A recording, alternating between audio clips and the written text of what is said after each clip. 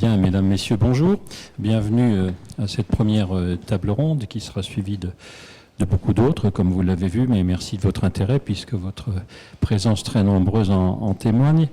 Donc, comme vous l'avez vu dans le programme, nous allons ce matin débattre sous la double thématique d'ailleurs de ces rendez-vous de l'histoire, c'est-à-dire à la fois sous la thématique des empires et sous la thématique des 350 ans de Saint-Gobain, à titre d'exemple illustratif d'une entreprise plus que centenaire.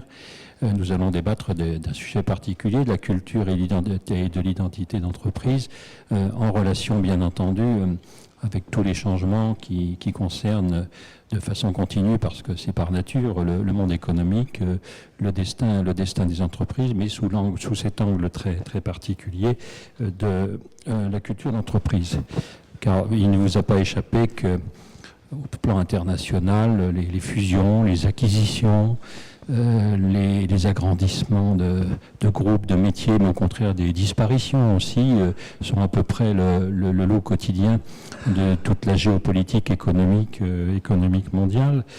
Mais on ne considérera pas cela ce matin sous un angle purement externe. On ne regardera pas ce qui se passe dans ces grandes manœuvres des entreprises un peu sous la forme politique, sous la forme de la métaphore politique, les modifications de frontières, les modifications de pouvoir, les modifications de terrain, de territoire, mais plutôt sur ce qui affecte dans ce cas-là les entreprises, c'est-à-dire des profondes modifications internes dans ce qu'on appelle un peu commodément la culture d'entreprise, mais ça on y reviendra, car bien entendu ces modifications, ces combats quelquefois, puisqu'il y a aussi parfois des OPA hostiles, modifient un certain nombre d'ensembles du système des entreprises, les ressources matérielles de l'entreprise, les ressources humaines, les conditions stratégiques de l'entreprise, bien entendu. Donc il faut essayer de rentrer un peu dans ce système pour aller au-devant des phénomènes explicatifs, de savoir pourquoi les choses réussissent dans tel cas et pas dans d'autres. Alors, la culture d'entreprise, j'arrêterai d'employer ce mot en termes génériques parce qu'on y reviendra tout à l'heure avec la première intervention. La culture d'entreprise était très, très en vogue dans les années 1980-1990, notamment en France, lorsque évidemment la fin des 30 Glorieuses a mis les managers devant la recherche de modèles, car on se trouvait devant des conditions, des situations qui n'avaient jamais été connues, puisque l'expansion pendant 30 ans était apparue comme un peu fatale et continue. J'allais dire que la croissance effaçait même parfois les erreurs managériales. Et donc on s'était intéressé à ce concept avec un petit frère de ce concept qui était l'histoire appliquée, la public history, pour essayer de comprendre les entreprises sur ce long terme. Et ici, il est très symbolique que nous soyons à Blois, puisque le colloque considéré comme fondateur sur la thématique de l'histoire appliquée s'est tenu à Blois en 1985 au Centre d'archives de Blois, et nous avions déjà exploré un certain nombre de concepts pour savoir si l'histoire appliquée pouvait aider les entreprises à leur réflexion sur le long terme, à leurs choix stratégiques, etc. Cette culture d'entreprise est un peu contestée aujourd'hui parce qu'on lui reproche un certain nombre de choses, notamment la responsabilité éventuelle, dans la mesure où on l'analyse sous forme d'un blocage, la responsabilité éventuelle dans l'échec de fusion ou de mouvements stratégiques. On lui reproche à la limite, s'il est trop employé, de privilégier l'idée de pérennité de l'entreprise par rapport au contraire aux adaptations, aux changements stratégiques nécessaires. Donc la culture d'entreprise est-elle un atout, est-elle un blocage? Elle risque parfois de bloquer des logiques de management, puisque lorsque des entreprises se rapprochent, on trouve des logiques de management différentes, on trouve des composantes très, très différentes et pas toujours compatibles. Si vous essayez de rapprocher une entreprise familiale avec une entreprise non familiale, avec une longue histoire et de longues pratiques, vous avez parfois des sujets très conflictuels, l'opposition des cultures nationales qui sont parfois fois forte encore contre des cultures de globalisation, des cultures managériales assez complètes contre des cultures plus financières, plus professionnelles, des cultures de métier, des cultures plutôt stratégiques contre des cultures industrielles, la culture du produit, la culture des process. Enfin bref, on pourrait multiplier ces exemples en disant que, pour dire que ce sujet ne va pas de soi. Il pose évidemment un peu de problème. On pourrait aussi s'interroger peut-être sur le fait de savoir si de temps à autre la culture d'entreprise ou l'identité d'entreprise ne sont pas aussi quand même un avantage et ne fournissent pas un certain nombre de concepts ou de modes d'analyse qui seraient évidemment plutôt positifs dans ce cas-là. C'est surtout dans le cas où ce type de démarche essaye plutôt non pas d'analyser les cultures particulières, parce que par définition elles ne se ressemblent pas, mais plutôt de délimiter des facteurs généraux qui permettent de donner des dénominateurs communs à toutes les histoires, à toutes les stratégies successives des entreprises, sans évidemment tomber dans l'irénisme ou l'angélisme, car il est clair, on le voit bien souvent dans des grandes fusions, que dans des fusions a priori présentées comme logiques et positives, il y a un vainqueur et un vaincu. Et lorsqu'un groupe vainqueur impose sa loi au vaincu, c'est évidemment la culture d'entreprise du vainqueur qui s'impose. Puis il faudra peut-être s'interroger dans des échecs éventuels ou les réussites, sur la responsabilité des managers, bien entendu, car je crois que les projets sont en général tout de même menés et réussis par des managers qui sont des porteurs de projets, qui ont une vision claire des choses et qui ensuite sont excellents dans l'art de l'exécution. Donc finalement, on va essayer de parler aujourd'hui de ce qui bouge les entreprises, de ce qui les change, parfois de ce qui les fait disparaître, en définissant peut-être cette culture d'entreprise comme un ensemble complexe qui réunit en interaction autour d'une identité qui est pérenne ou pas d'ailleurs, qui peut changer, qui réunit des hommes, qui réunit des métiers, qui réunit une histoire, mais bien entendu en ayant en tête que tout ceci est affecté par un environnement qui est tout autour de cela, l'environnement conjoncturel, économique, et qui parfois contrarie d'ailleurs les plans des managers qui au départ pensaient aller dans tel ou tel secteur, d'appliquer telle ou telle stratégie, mais l'interaction de l'environnement contrarie aussi parfois ces stratégies. Donc un des points clés peut-être que l'on essaiera de faire ressortir tout à l'heure, c'est tout de même de penser à la culture du temps long, car c'est aussi un des concepts qui est utile dans notre analyse. Et puis peut-être, il ne faut pas hésiter non plus à se remettre en cause et se demander si la culture d'entreprise existe vraiment, ou si c'est un vrai outil d'analyse de l'évolution et du changement pour les sociétés. Donc changement peut-être moins par les valeurs, mais avec les valeurs, c'est-à-dire en prenant en compte les valeurs lorsqu'on veut changer ces valeurs précisément. C'est évidemment la problématique du changement dans la continuité de l'entreprise. Changer une entreprise sans la casser, c'est évidemment extrêmement important. Mais l'autre réponse plus insolente est de se dire que la culture d'entreprise n'est peut-être qu'un concept abstrait qui sert simplement au raisonnement. C'est simplement une grille d'analyse sans existence autre que virtuelle. C'est aussi une idée qu'il faudra explorer. En appelant à la rescousse, bien entendu, dans ce cas-là, toutes les disciplines connues, l'anthropologie, la sociologie, l'économie, la géopolitique, etc. Donc voilà un peu les quelques questions qu'on va certainement aborder au fil des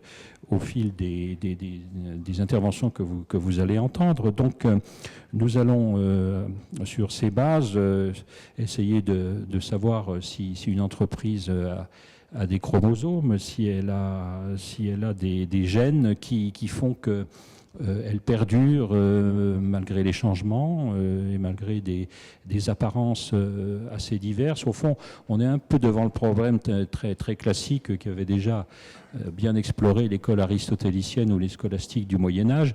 Nous sommes aujourd'hui, au fond, pour parler d'un sujet entre substance et apparence. Est-ce que l'entreprise, en changeant ses apparences, garde une substance? Donc c'est un peu à partir de ces concepts, certes très abstraits, que nous pourrons peut-être débattre des choses. Donc dans l'ordre des intervenants, je demanderai d'abord à Éric Godelier de nous aider à raisonner, c'est-à-dire de nous dire vraiment ce qu'est la culture d'entreprise. Parce que si on parle d'un concept un peu trop flou, bien entendu, la discussion peut aller dans pas mal de directions, mais il me semble, depuis le temps que je l'ai pratiqué sur le terrain, qu'on n'est pas toujours d'accord sur ce que l'on veut dire par identité ou culture d'entreprise.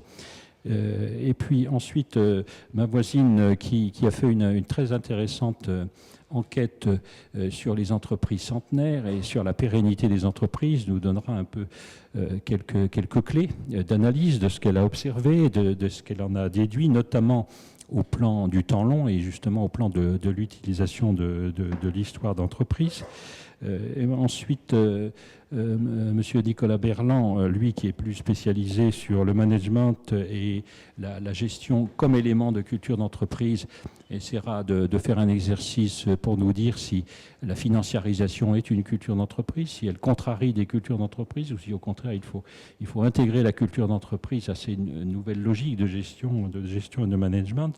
Et puis enfin, nous aurons la chance, je dirais, dans une synthèse concrète, de bénéficier de l'expérience de Jean-Louis Beffa, qui, lui, comme vous le savez certainement tous, a été un acteur majeur de la modification en profondeur, tout en continuité quand même, d'un groupe comme Saint-Gobain, qui quand même n'a pas passé 350 ans par hasard, mais qui ne serait peut-être plus là, ou qui ne serait plus le groupe Saint-Gobain, sans l'action qu'a menée Jean-Louis Beffa à partir des années 1880. Donc son témoignage sera à la fois aussi 1980, excusez-moi. Excusez-moi, les historiens on repart toujours en arrière, ça c'est terrible, c'est terrible. C'était un peu trop, non mais bon, pourquoi pas. Mais en tout cas, vos prédécesseurs, vous les connaissiez bien. Le duc de Broglie, vous connaissez très bien, donc parfaitement bien.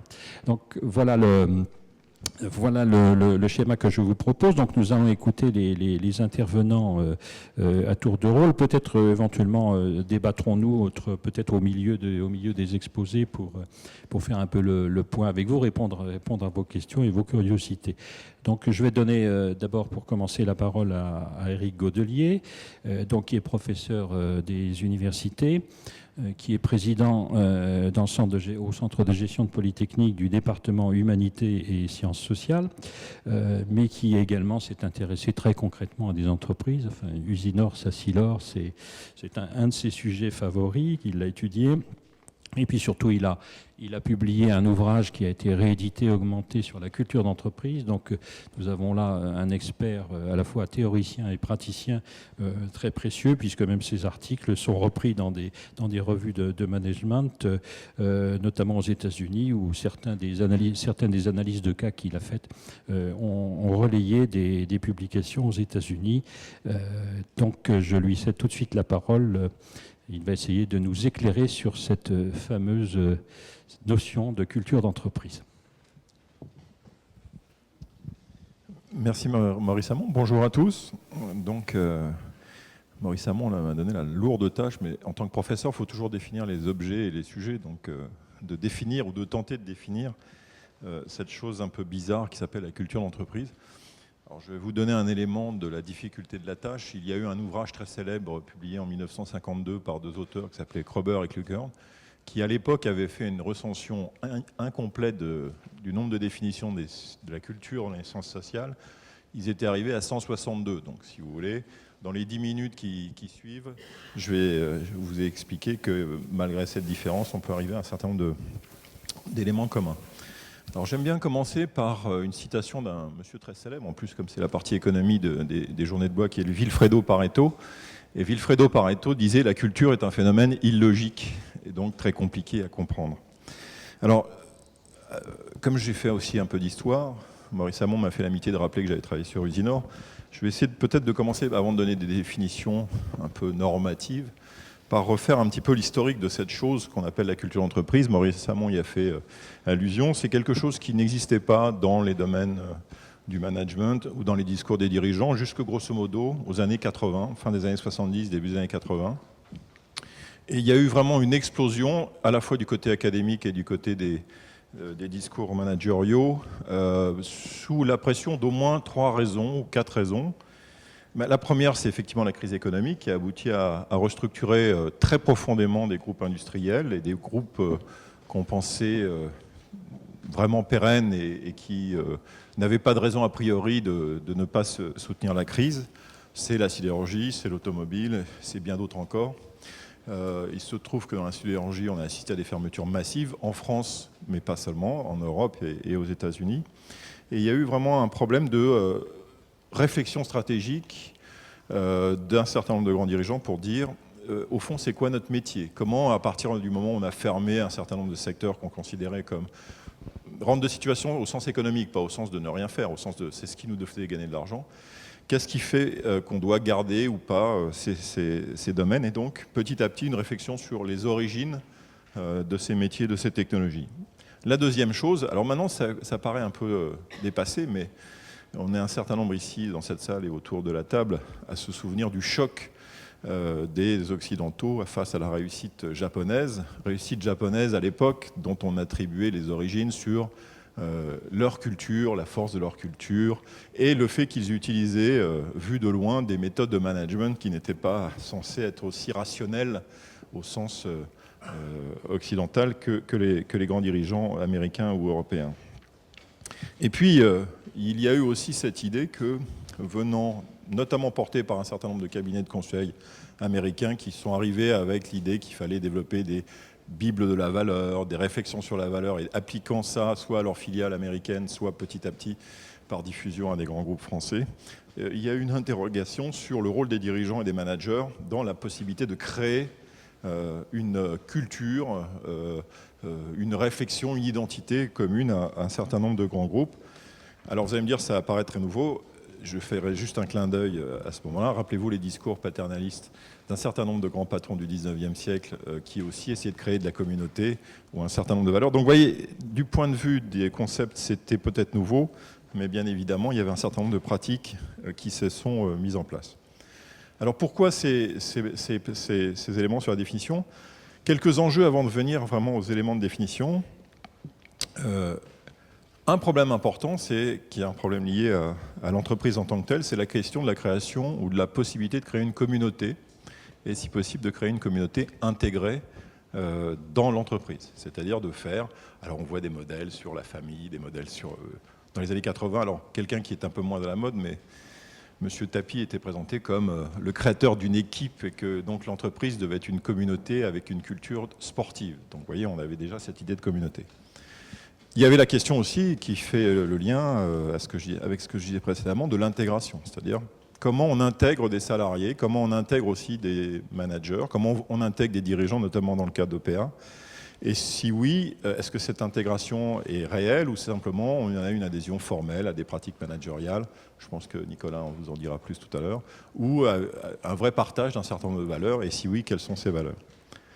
Il y a eu le débat, bien évidemment, sur, après la crise des années 70, quel mode de gestion adapter? Puisque les modes de gestion rationnels, portés par des modèles comme les modèles d'Harvard ou des modèles de la comptabilité classique, même si elle avait été modernisée, étaient quand même mis en difficulté. Donc, un certain nombre de dirigeants, un certain nombre d'écoles de business, un certain nombre de consultants ont essayé de trouver s'il n'y avait pas d'autres manières de gérer un peu irrationnelles, un peu informelles, mais qui néanmoins, à l'instar du modèle japonais, prouvaient leur efficacité.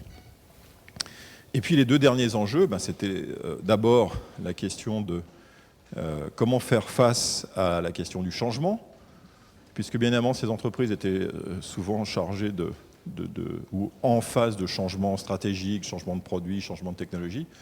Comment faire en sorte de continuer à s'appuyer sur les savoir-faire et les communautés professionnelles des gens qui constituent l'entreprise, tout en s'adaptant à des nouvelles contraintes, notamment du fait de la mondialisation et de l'ouverture des frontières.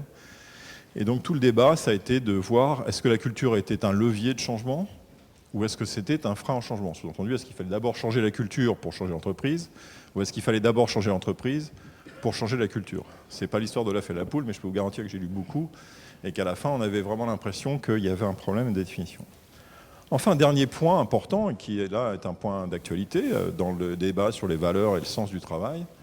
La question derrière la culture, c'est d'arriver à définir, dans le temps long éventuellement, des communautés de destin. C'est-à-dire le faire en sorte que des gens qui travaillent ensemble se projettent dans l'avenir, que les organisations, les entreprises créent les conditions de leur stabilisation au sein de communautés de professionnels, soit en termes de compétences, mais aussi en termes de carrière, etc. Or, c'est vrai que la financiarisation ou un certain nombre de nouveaux modèles managériaux ont bousculé les modèles traditionnels de l'entreprise. Alors, venons-en à la définition, et je vais très vite la place au débat. On a vu arriver, c'était assez amusant, dans les années 80, 90, des mots qui n'étaient pas des mots du management dans les discours managériaux, les discours des dirigeants et les articles de management.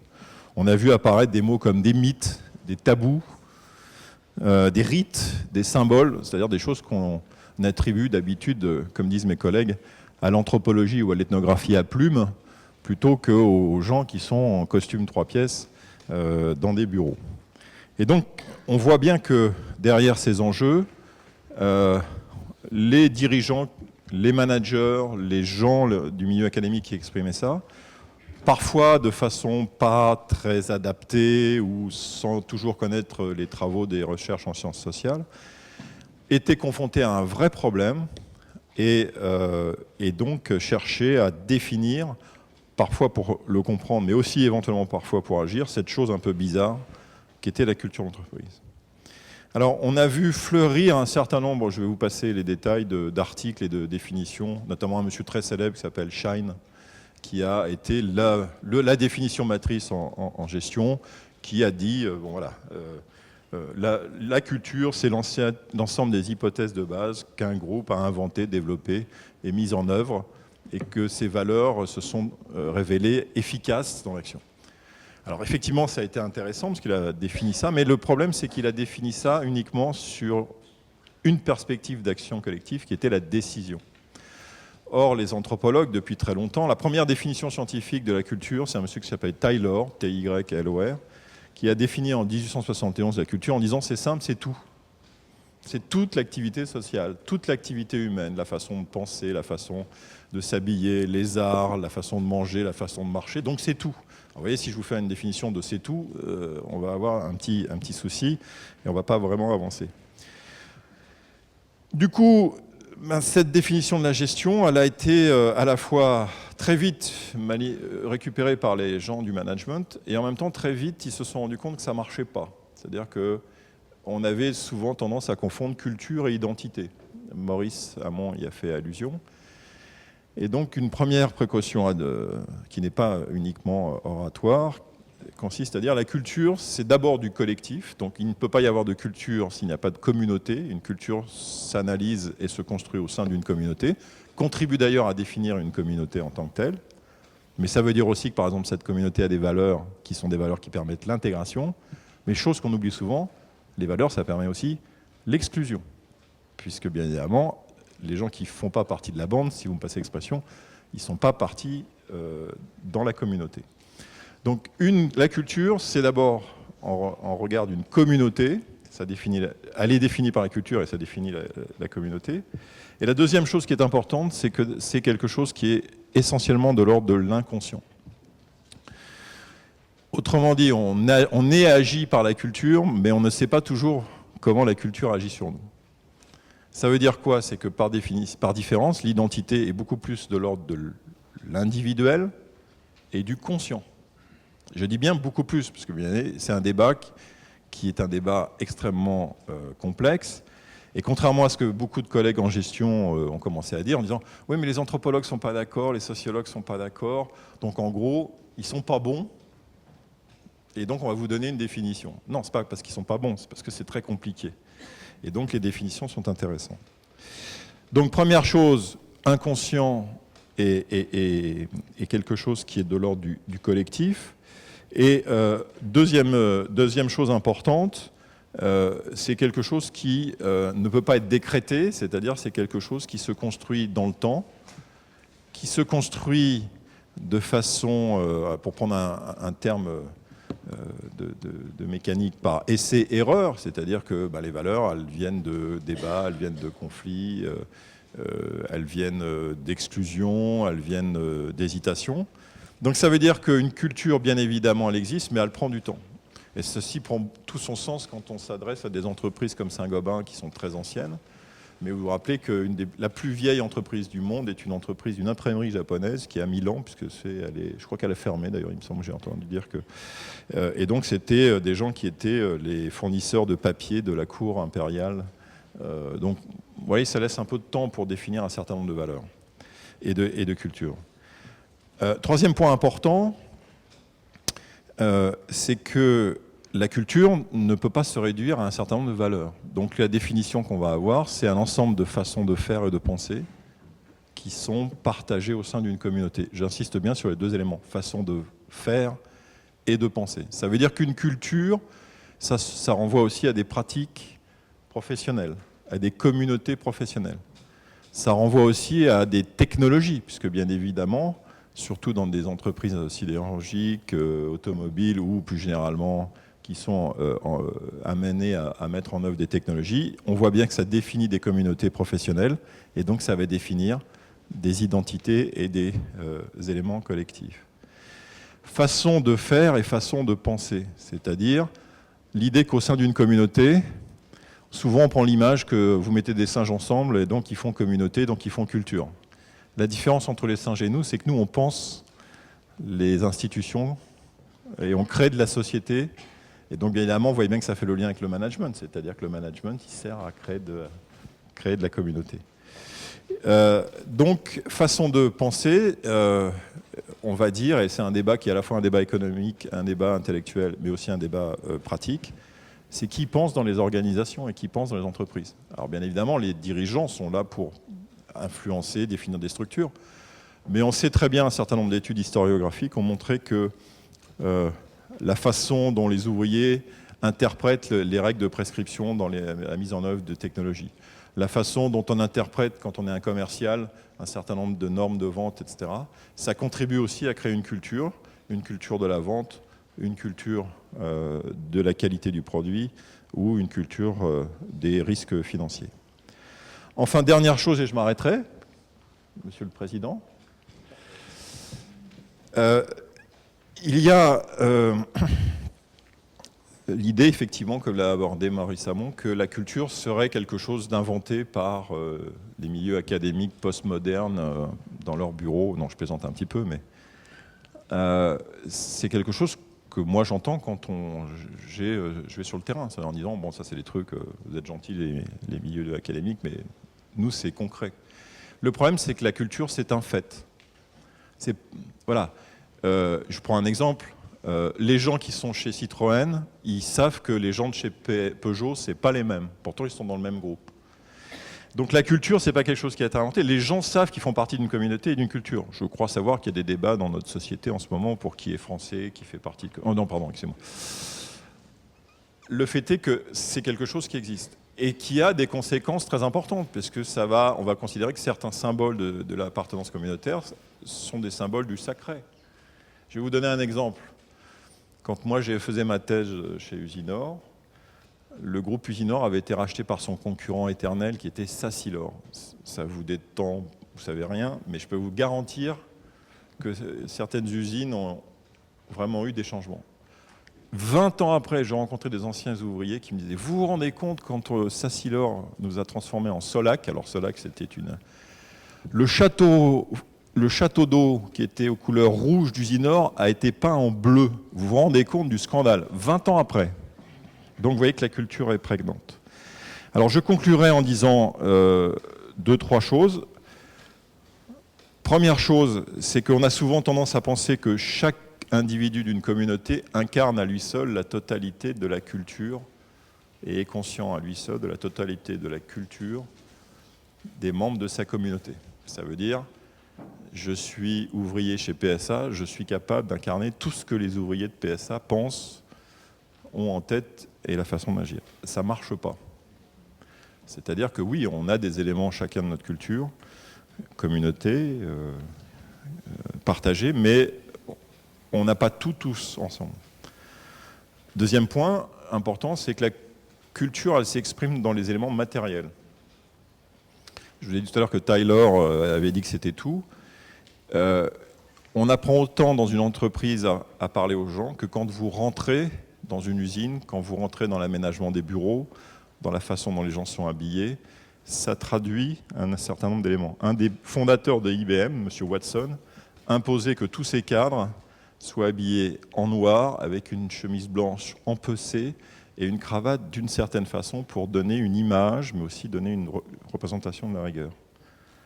Troisième élément important, les valeurs. Alors, ce qu'on peut dire, c'est que les valeurs, c'est des normes positives, mais aussi des normes négatives.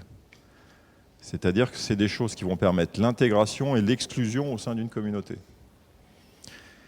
Elles sont définies collectivement et constituées historiquement. Alors ça ne veut pas dire qu'on n'a pas tous le même rapport avec ces valeurs, mais ça joue un rôle important parce que bien évidemment, elles vont s'incarner dans des dispositifs matériels, quand on parle d'entreprise, dans des dispositifs de gestion, et bien évidemment dans un certain nombre de façons de faire. Ce qui veut dire, et ça sera mon mot de conclusion, que pour comprendre la culture d'entreprise, il faut avoir une lecture qui soit certes orientée sur les valeurs, certes orientée sur les technologies, mais qui suppose aussi de s'intéresser aux communautés et donc aux cultures au pluriel qui peuplent une entreprise. Par exemple, quel est le poids démographique des ingénieurs de telle école ou des commerciaux de telle autre école dans les mécanismes de décision? Ça va expliquer une partie de la culture collective. Et puis aussi l'idée que ces éléments sont encadrés par des institutions. C'est-à-dire que l'entreprise est une institution. Alors qu'est-ce que ça fait comme chose, les institutions? C'est un très beau livre que je vous conseille. C'est un petit peu théorique, mais qui mérite d'être lu, d'une dame qui s'appelle Mary Douglas, qui était une anthropologue qui est morte il y a peu de temps, et qui a fait un très beau livre qui s'appelle « Comment pensent les institutions ». Et ce qu'elle vous explique, c'est que les institutions, ce sont des machines à encadrer les façons de faire et les façons de penser, c'est-à-dire à naturaliser les catégories de l'action et de la pensée. Donc, à un moment, quand on pose une question technologique, on se demande comment vendre un produit dans une entreprise, la réponse est toute faite, parce qu'il y a eu des procédures. Et qu'après, toute la question, c'est comment ces procédures vont influencer ou pas les gens qui y travaillent. Bref, je ne sais pas si j'ai pu définir les choses, je les éclairer, mais j'ai posé un petit peu les éléments du débat et éventuellement de la polémique. Je sens que le président BEFA a déjà des choses à dire. Merci d'avoir clarifié nos idées sur le sujet. Je crois que ça n'était pas inutile, car tout ceci reste un vaste champ de réflexion et d'action. Et donc vous aurez compris que nous parlons de la culture qui est un produit organique et spontané, qui se manifeste au sein des entreprises elles-mêmes. Je dirais, on n'ira pas jusqu'à la métaphore biologique, mais enfin, ce sont des choses, vous l'avez compris, qui naissent d'un certain nombre de pratiques, de métiers. Et nous ne sommes pas du tout dans la logique américaine de la corporate culture, qui, elle, est une culture revendiquée comme étant manipulatrice, directive. Et là, on retourne au discours que l'on vous a expliqué. Tout ce qui est mythe, rite et symbole, il y a des entreprises qui les créent ex nihilo. Les vrais mythes, les vrais rites et les symboles, c'est ceux qui viennent d'une pratique très ancienne et qui viennent du fond de l'histoire de l'entreprise. Je vais passer la parole donc, à Isabelle Lamotte maintenant, donc, qui est consultante, elle est directrice générale adjointe d'un cabinet de consultants et qui surtout a édité, je crois que c'est l'an dernier, pas plus tard que l'an dernier, avec Alain Bloch, que vous pourrez retrouver aussi dans une autre table ronde, un livre qui s'intitule « Les secrets de la résilience des entreprises centenaires », où elle a essayé de s'intéresser aux causes et aux explications de la réussite d'entreprises qui traversent un peu le temps, au moins en tout cas au-delà de 100 ans. Donc elle a fait d'abord évidemment une longue enquête à partir d'un panel de 10 ou 15 grandes entreprises. 19. Et donc elle a évidemment cherché à déterminer, parce que j'appelais un peu rapidement les chromosomes de l'entreprise, et elle a essayé de dégager un certain nombre d'explications clés. Donc elle les a listées, sériées, et donc je pense qu'on va profiter de son expérience. Elle va nous dire un peu ce qu'elle a fait et ce qu'elle en tire comme conclusion. Je crois que celui-ci est bientôt vide. Donc bonjour. Tout d'abord, je voudrais revenir sur un point qui est, on parle de culture, on le disait tout à l'heure, c'était un mot qui était à la mode dans les années 80, et puis c'est un mot qui est tombé un peu en désuétude, il y a pas plus tard qu'il y a 5 ans, quand on rencontrait des entreprises et qu'on parlait de culture, il y avait un petit sourire Voilà, on voyait souvent un petit sourire et c'était un sujet qui faisait plus sourire qu'un vrai sujet profond. Or aujourd'hui, ce qu'on constate, c'est que ce mot, et on a vu la complexité de ce qu'il y a derrière, mais ça revient sur le devant de la scène et en tous les cas, c'est un sujet de préoccupation dans quasiment toutes les entreprises. Et la raison pour ça, en tous les cas, l'explication que j'y vois, elle est qu'on est quand même dans une période particulière. On a parlé tout à l'heure de tout ce qu'étaient les grandes restructurations des années 70-80. Aujourd'hui, on est dans une période de transformation. Alors certains parlent même de métamorphose autour de tout ce qui va tourner, la digitalisation. Alors, on a eu la mondialisation, maintenant il y a la digitalisation. Et j'ai envie de dire la digitalisation, qui est un sujet que j'aime beaucoup, en tous les cas qui m'intéresse beaucoup, et qui, je pense, est un sujet porteur de sens aussi, et qui permet des réflexions, et des réflexions un peu plus profondes que celles qu'on avait l'habitude d'avoir. Je prends ma casquette de consultant que j'assume. On va aller creuser un peu plus loin que ce qu'on avait l'habitude de faire en regardant les process, etc. Parce que ça transforme fondamentalement la façon dont chacun d'entre nous, on parlait de penser, pense, agit, etc. Ça a transformé nos vies à titre personnel. On voit bien, aujourd'hui, on a quasi tous un petit téléphone dans notre poche, qu'on n'appelle plus un téléphone, qui sert à tout sauf à téléphoner, et qui nous relie au monde. Ça nous donne une possibilité de choses complètement élargies. Et ça rentre dans les entreprises. Et c'est arrivé dans les entreprises, et j'ai envie de dire que les entreprises aujourd'hui, elles sont obligées de se transformer. Il y a des raisons externes liées au marché, aux technologies, aux nouveaux concurrents, mais aussi parce que les gens qui sont dans l'entreprise, finalement, l'attente, ce qu'ils viennent y chercher et ce qu'ils ont envie d'y trouver, elle change aussi. Donc j'ai envie de dire, même s'il y avait des entreprises, je ne crois pas qu'il y en ait, mais s'il y avait des entreprises où ces changements, ces transformations, ces métamorphoses technologiques et de marché les impactaient pas, elles seraient néanmoins obligées de changer à cause du fait que chacun d'entre nous, on change et que nos attentes, elles sont différentes. En tous les cas, on les exprime de façon différente. Donc c'est pour ça qu'avec Alain Bloch, que je salue, qui est ici et qui est le patron d'HEC Entrepreneur, on a eu l'idée il y a 1 an d'écrire un livre en se disant mais finalement dans ces phases de transformation où tout le monde est en train de chercher un peu son chemin, ce serait intéressant d'aller regarder finalement quels sont les secrets des entreprises qui sont résilientes. Alors, comme mon prédécesseur, quand on commence à utiliser des mots comme ça, on se dit c'est quoi être résilient? Alors nous, la définition qu'on a choisie, que d'autres avaient écrit et qui nous semblait pertinente, c'était de dire c'est finalement la résilience, c'est la capacité individuelle ou collective d'encaisser un choc, de surmonter un choc, j'ai envie de dire d'en sortir plus fort.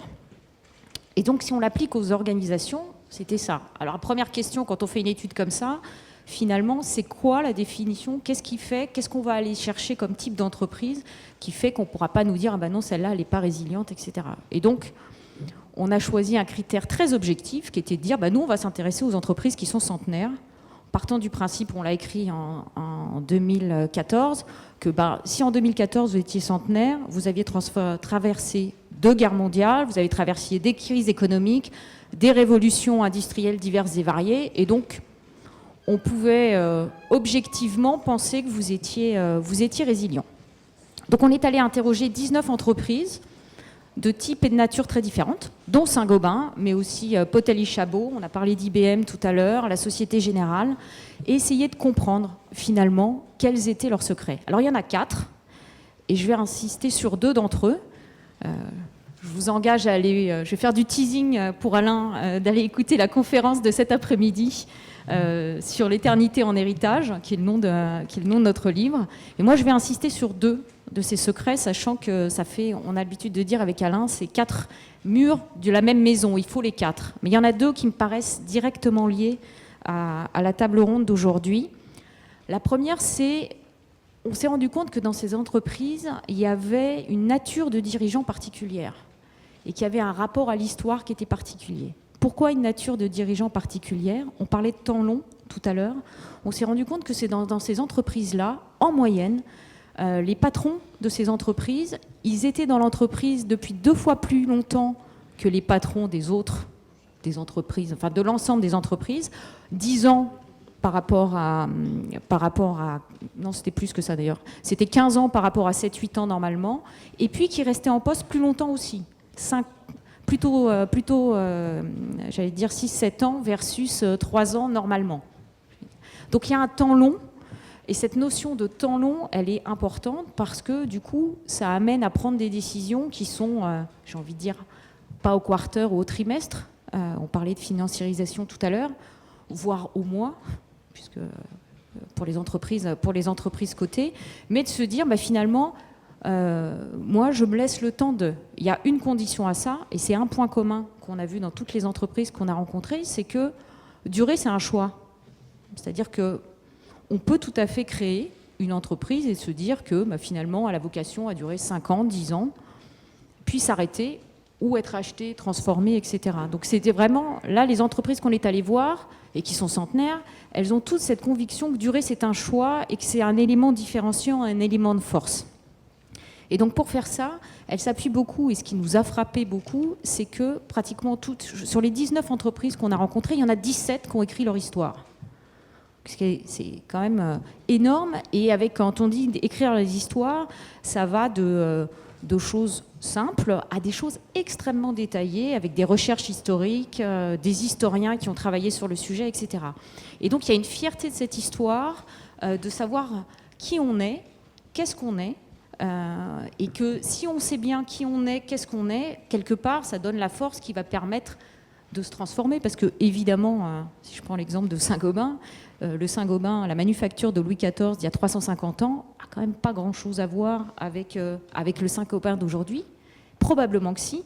Et d'ailleurs, il y a un certain nombre d'éléments qui sont à chercher du côté de la culture. Mais en tous les cas, il y a cette notion d'histoire et de force, et j'allais dire d'assertivité, qui permet finalement de se remettre en cause, de bouger, de se transformer, parce qu'on est droit et à l'aise sur ses fondamentaux et sur ses bases. Et ça me paraît un point qui est vraiment extrêmement intéressant. On a parlé tout à l'heure de l'histoire et du risque qu'il pourrait y avoir quand on parle de culture d'enfermement. Ce qui est extrêmement intéressant, et je vais le citer parce que je trouve que sa phrase était très jolie. On a rencontré Frédéric Sanchez, qui est le patron d'une société qui s'appelle FIV, que vous connaissez peut-être pas, parce que elle s'adresse plutôt, j'allais dire, au B2B, au business to business, excusez-moi pour les mots anglais, mais parce qu'il fabrique en fait des usines clés en main. Et c'est une entreprise qui a une histoire intéressante, parce qu'elle a failli mourir à la fin des années 90, et vraiment disparaître de la carte, et elle a été reprise, finalement, l'ensemble de la direction l'a repris, ils ont sorti du cours de bourse, ils ont fait un LBO, et puis cette entreprise, elle est repartie. Et ce que dit Frédéric Sanchez, il dit l'histoire, c'est intéressant, non pas parce que, pour dire qu'on est immortel, mais parce que ça rappelle justement qu'on a failli mourir, et que, donc, du coup, il faut être vigilant à ça, et qu'on a été en capacité de se transformer. Et je trouve que c'est intéressant quand on parle d'histoire, quand on parle de culture. Je parlais des bases tout à l'heure, mais c'est effectivement les éléments qui permettent de se tenir et de pouvoir bouger. Donc ça, c'est le premier point qu'on a vu. Il y en a un deuxième, et je vais rejoindre ce que disait mon prédécesseur sur la difficulté de mettre des mots sur des sujets qui sont un peu intangibles. Le deuxième, on l'a appelé, nous, le pacte social. On a dit c'est des entreprises dans lesquelles on prend soin des gens. En tous les cas, ce qu'on constate, et on a du mal à trouver les explications ou les ferments ou pourquoi c'est comme ça, mais ce qu'on constate, c'est que ce sont des entreprises où les gens se sentent bien, où il y a une intimité relationnelle qui existe, qui fait que finalement, on parle de confiance, et qui fait que finalement, on se comprend sans avoir besoin de se parler, on se comprend parce qu'on a un référentiel commun, il y a un lexique, on met les mêmes choses derrière les mêmes mots, on se connaît, il y a vraiment tout un tas d'éléments là-dessus qui sont rassurants et qui font la communauté. Je reviens sur la communauté, c'est un endroit où on se sent bien, on vient se ressourcer, rechercher de l'énergie. Et dans ces entreprises, ça existe, ça s'entretient, y compris, et ça n'exclut pas de se transformer radicalement, y compris à un moment donné de se restructurer, mais d'accompagner bien aussi tous les gens qui s'en vont. Mais il y a vraiment ce sentiment d'appartenance, on a parlé d'appartenance tout à l'heure, de corps social, de communauté sur le sujet. Et cette notion de communauté, de cohésion d'équipe, d'importance, c'est important parce que c'est ça qui vous permet d'innover. c'est parce que vous vous sentez bien et que vous vous sentez un peu rassuré que vous allez prendre des initiatives et que vous allez pouvoir faire des choses. Et qu'on voit bien que ces entreprises, si elles ont une culture qu'on pourrait qualifier de forte, et pourtant cette culture, elle a su, ou ils ont su, se transformer et évoluer à travers le temps et à travers les âges. Et ça passe par la capacité à prendre des risques, à prendre des initiatives. Ce qui veut dire en corollaire que ce sont des entreprises dans lesquelles on a le droit à l'erreur.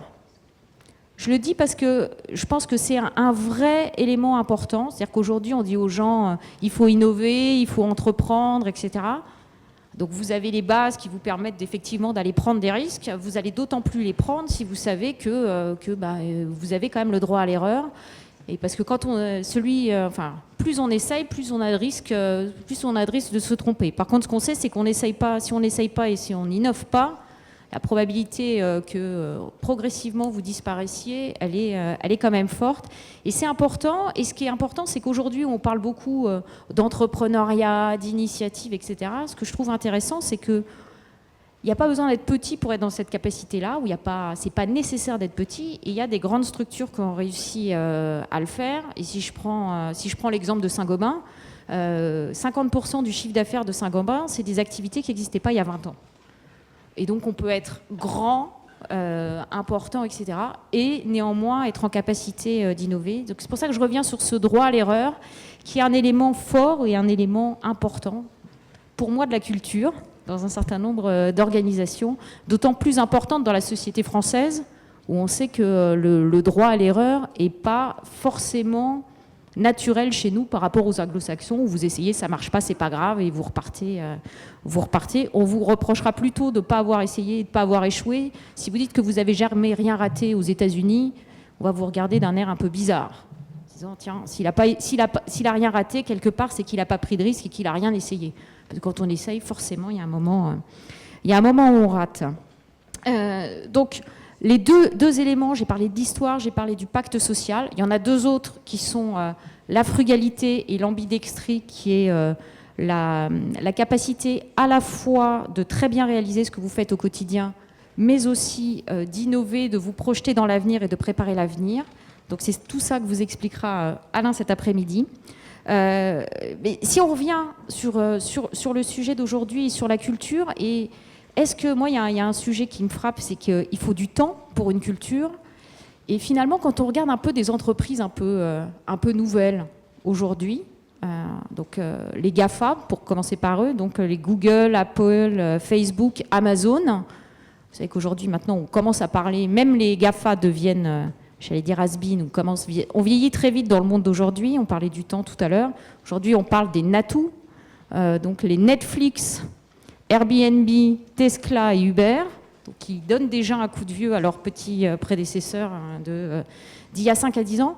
Et ce que je trouve très frappant dans toutes les entreprises que je viens de citer, c'est qu'elles ont toutes, même si elles sont courtes, pour les GAFA, il y a toute une histoire derrière, qui est souvent incarnée, portées par quelqu'un. Alors, il faut que ce soit relayé derrière, mais elles sont incarnées. Vous avez le mythe, sur Apple, Steve Jobs, sur les mythes, sur ce qu'est Steve Jobs et tout ce qui s'est passé, et toutes les histoires qu'il y a pu y avoir sur Apple, alors que c'est une entreprise relativement récente.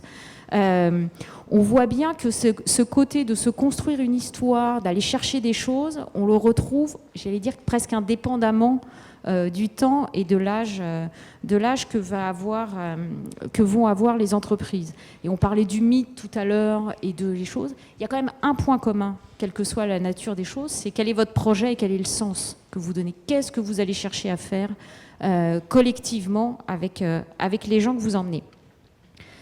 Donc, peut-être en synthèse de ce que je viens de dire, je pense que si on rebondit sur le terme culture, et on a vu toute la complexité qu'il y avait sur la culture, ce que je trouve intéressant sur toutes les entreprises qu'on a rencontrées, c'est que on est aujourd'hui dans un monde où on a un peu tendance à cliver, c'est-à-dire que soit vous êtes blanc, soit vous êtes noir, sans mauvais jeu de mots et sans référence à des choses récentes, mais finalement, quand on regarde la culture et la force de la culture, on se rend compte que les cultures qui marchent, vous pouvez être à la fois une culture très forte et ce que j'appelle une culture ouverte. C'est-à-dire qu'effectivement, une culture très forte et qui serait fermée, ça s'appelle un clan.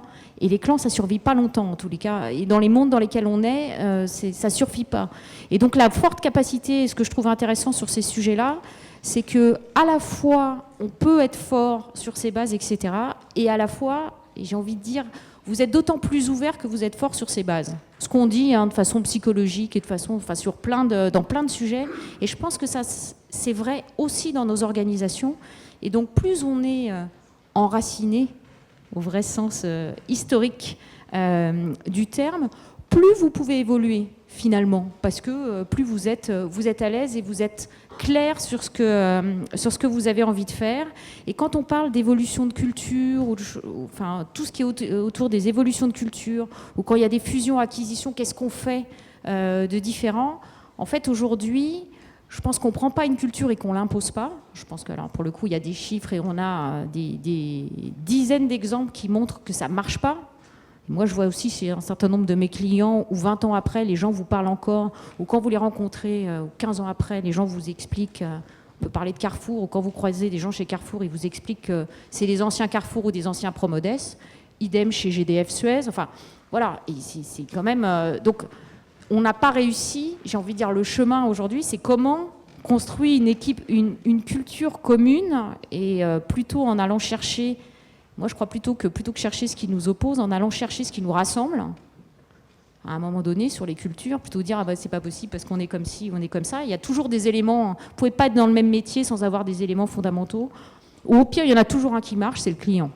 Au pire, il y a toujours un élément fondamental, un élément clé, et qui est de se trouver, de repartir de ce qui nous rassemble et reconstruire à partir de là. Donc c'est le message que j'avais envie de vous passer aujourd'hui. Et peut-être en conclusion, et avant de passer la parole, puisque j'ai entendu qu'on parlait de financiarisation, ce que je trouve intéressant, en tous les cas, moi, ce qui me réjouit sur les sujets actuels, c'est que quand même, on est en train de se reposer la question, quelque chose qui me paraît clé. On sort de 10 ans ou de 15 ans où on n'a parlé que de process et d'argent dans les organisations. On a parlé de finances, de process, etc. Et que quand le mot de culture revient à la surface, on est en train de reparler de l'humain. Et on est en train de s'intéresser aux individus qui sont derrière. Et moi, je trouve que c'est une excellente nouvelle. Je vous remercie.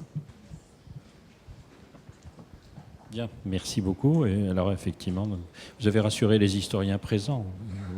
Vous nous avez montré, diagnostiqué le retour de l'histoire dans les entreprises. C'est quand même une nouvelle formidable.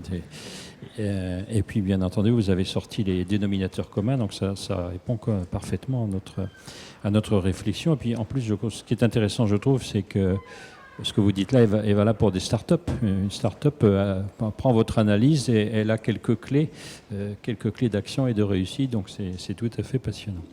Je vais passer la parole à Nicolas Berland, donc qui, lui, je l'ai présenté tout à l'heure, il est professeur à l'université de Paris-Dauphine et lui, il s'intéresse à l'articulation entre les processus de gestion, les processus stratégiques et de management dans l'entreprise. Il a étudié l'histoire des pratiques de contrôle de gestion, je crois qu'il le continue aussi. Il s'intéresse évidemment au lien entre le contrôle de gestion et le développement durable. Donc il a aussi son éclairage à nous faire parvenir. Donc je vais lui passer tout de suite la parole.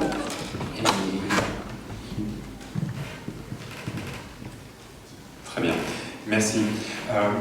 Donc Nicolas Berland, je suis professeur de management. Alors je suis désolé, je ne suis pas historien, je suis malheureusement un pauvre professeur de management, donc je vais vous imposer quelques modèles de management en fait, et puis essayer de les recontextualiser dans une perspective historique, et je vais vous dire pourquoi.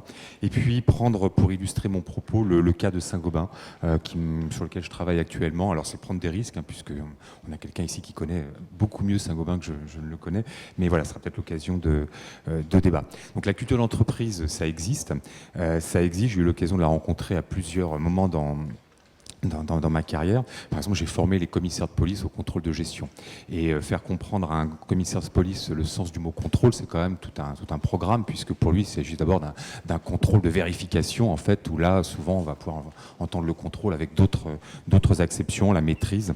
Et puis un jour, ils m'ont beaucoup fait rire, puisque je leur demandais quelle était la qualité d'un bon indicateur, et je n'avais pas perçu la portée de ma question, puisqu'un indicateur dans la police n'avait pas tout à fait le même sens que ce que j'avais en tête, en fait, dans le management. Donc ici, ça renvoie à d'autres pratiques de management, à d'autres pratiques professionnelles que je n'avais pas forcément en tête. On voit ici que c'est quand même leur culture professionnelle qui est en jeu.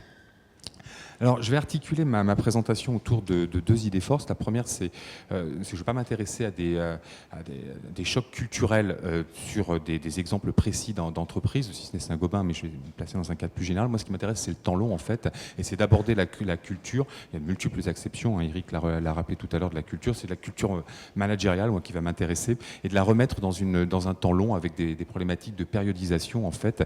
Et ces chocs culturels, je les entends essentiellement au moment où on passe d'une période à une autre. Et j'essaierai d'illustrer mon propos théoriquement et concrètement.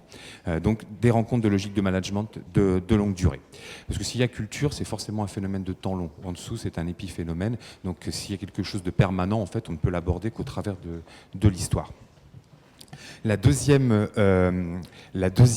idée, c'est que l'organisation, son identité, sa culture, on peut l'aborder au travers des composants de son système de management. Et donc ici, je vais développer cette idée des composants du système de management, mais également une idée qui me paraît plus nouvelle, qui est les interactions entre ces composants. Alors, si on doit aborder la problématique de la culture et de son influence sur les modes de gestion, on a produit alors je veux dire en gestion, en économie, en histoire, en fait, un certain nombre de modèles qui me paraissent très intéressants. Par exemple, il y a un article de 1992 de deux auteurs, Barla et Kunda, qui nous disent, quand on regarde les pratiques de management, en fait, dans les entreprises, on s'aperçoit que les entreprises, elles sont ancrées dans leur époque, et on voit des vagues de rationalisation, c'est comme ça qu'ils appellent ça, en fait, tout au long du XXe siècle, des vagues de rationalisation de pratiques de management. On va rentrer dans du dur, du management quantitatif, et puis des vagues de ce qu'ils appellent des normative ideologies, c'est-à-dire en gros du management beaucoup plus social en fait, qui va venir apaiser un petit peu les tensions qui étaient apparues avec les outils de rationalisation. Il y a d'autres modèles moi qui m'inspirent également, c'est les modèles productifs de Boyer et Fraissinet, donc qui nous montrent ici que la culture a à voir avec la façon dont l'entreprise est insérée dans la société, dont elle partage un compromis social. Je me suis beaucoup intéressé à titre personnel en ayant travaillé avec l'un des deux auteurs là, aux esprits du capitalisme de Boltanski et Capello. On a participé avec Eve Capello a des écrits en fait en essayant de montrer comment les outils de management en fait sont le reflet de ces esprits du capitalisme et comment les entreprises s'insèrent en fait dans leur époque. Le modèle qui m'inspire le plus, c'est le modèle de Flickstein. En fait, Flickstein nous dit quand on regarde les pratiques de management depuis un siècle, on voit trois grandes phases se succéder. Un modèle où la logique dominante, en fait, c'est une logique de production, en gros de la fin du 19e jusque dans les années 50. Une deuxième logique qui est une logique de marketing qui fait la place, la part belle en fait à tous les mécanismes de vente. Les marchés sont devenus saturés et donc ici on voit se développer de nouvelles façons de gérer l'entreprise. Et puis, à partir des années 50, on voit apparaître un troisième modèle de gestion de l'entreprise axé autour de la finance, avec des processus financiers qui deviennent centraux, des dirigeants, par exemple, qui sont majoritairement issus de la filière finance des grandes entreprises. Donc moi, ce modèle, il m'inspire beaucoup parce que c'est au travers de ces passages de témoins, en fait, que l'on voit des conflits apparaître. Quand vous avez une entreprise qui a grandi, qui s'est développée dans une logique de marketing, et tout à coup, on lui impose une logique de financiarisation, financiarisation, je vais y revenir après, ça perturbe en fait les cadres qui sont en place, ça perturbe les habitudes de travail, et donc du coup derrière ça crée des conflits, ça crée des chocs qui vont mettre du temps à se régler parce que souvent ça se joue sur le départ des personnes. Alors Saint-Gobain me paraît assez illustratif en fait de ce phénomène. J'ai eu l'occasion d'interroger un certain nombre de cadres de Saint-Gobain et ce qui me frappe en fait dans l'histoire de Saint-Gobain, c'est ce qui se passe après la fusion Pont-à-Mousson-Saint-Gobain. Saint-Gobain est relativement précurseur en fait en matière de développement d'outils financiers. Vous en rendez peut-être pas compte, mais j'ai interrogé aussi plein d'autres personnes en dehors de Saint-Gobain. Et Saint-Gobain est assez précurseur. Monsieur Beffa, vous avez introduit le ROI, par exemple, à la fin des années 70. J'ai eu l'occasion d'interroger d'autres entreprises. Ils nous disent on est très très moderne, on l'a introduit à partir de 2007. Vous voyez, et des très grandes entreprises. Donc voilà, ça donne quand même une idée de la mise en perspective, en fait. Pardon ? Oui, tout à fait. Voilà. Donc il y a le développement de Saint-Gobain, il s'accompagne en fait d'une montée en puissance de la finance et ce qui se passe après la fusion est assez cohérent avec ce que nous décrivent les modèles.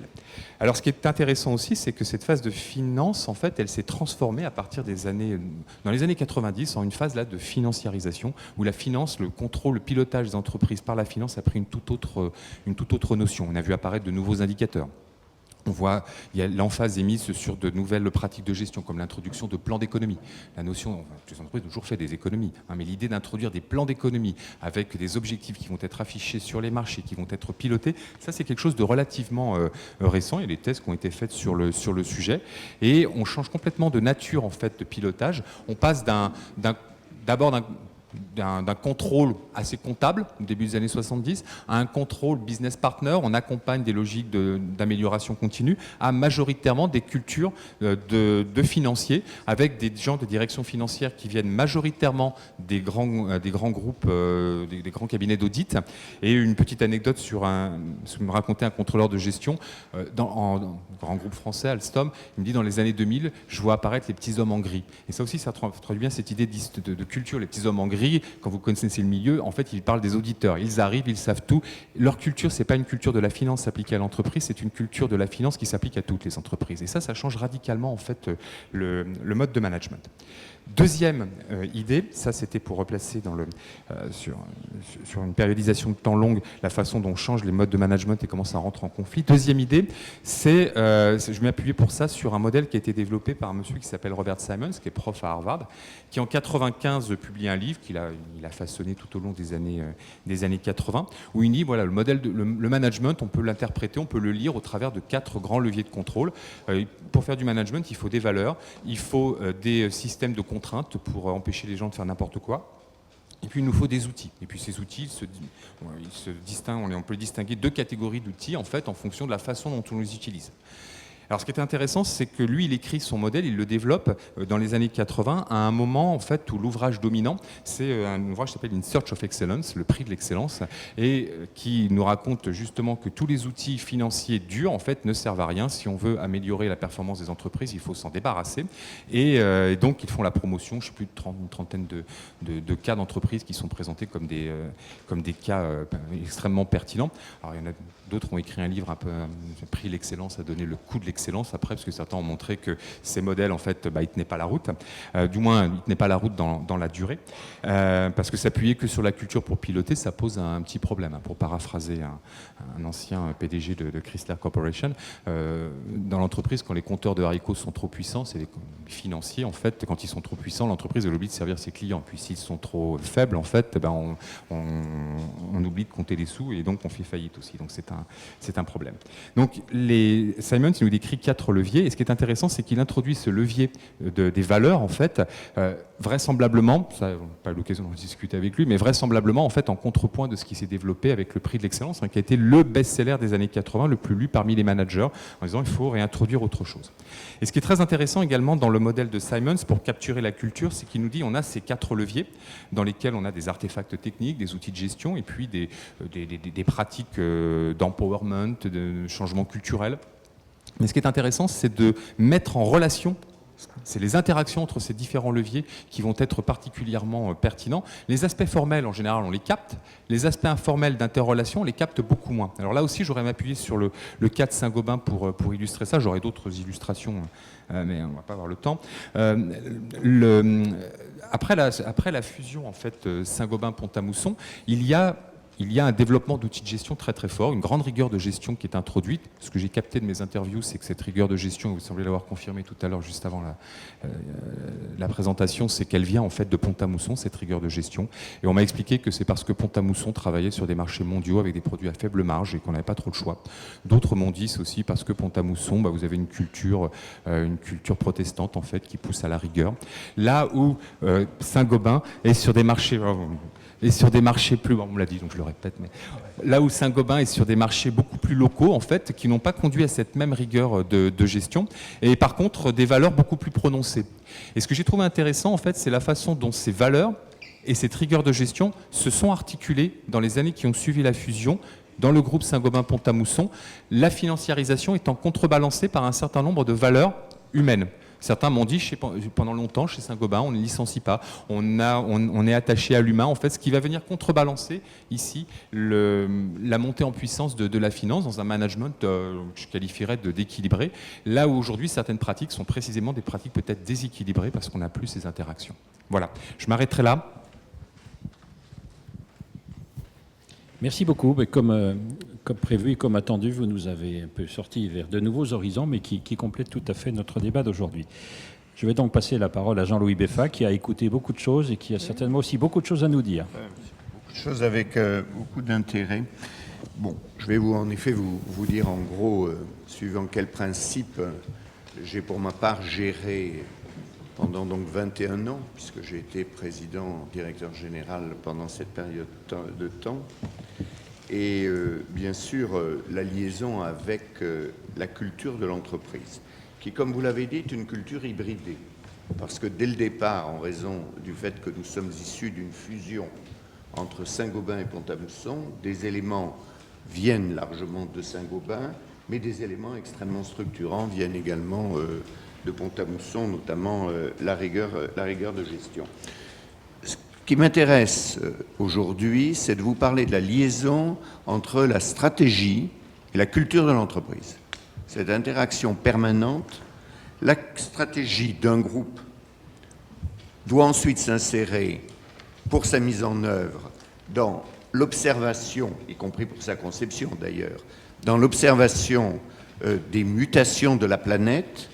Le rôle d'ailleurs d'un président-directeur général n'est pas de faire de la gestion.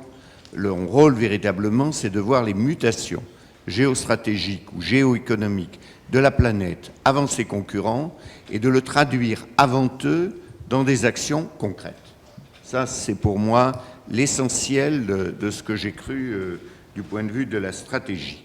Alors ensuite, bien sûr, une fois les principes, une fois les mutations de la planète, il y a le hasard.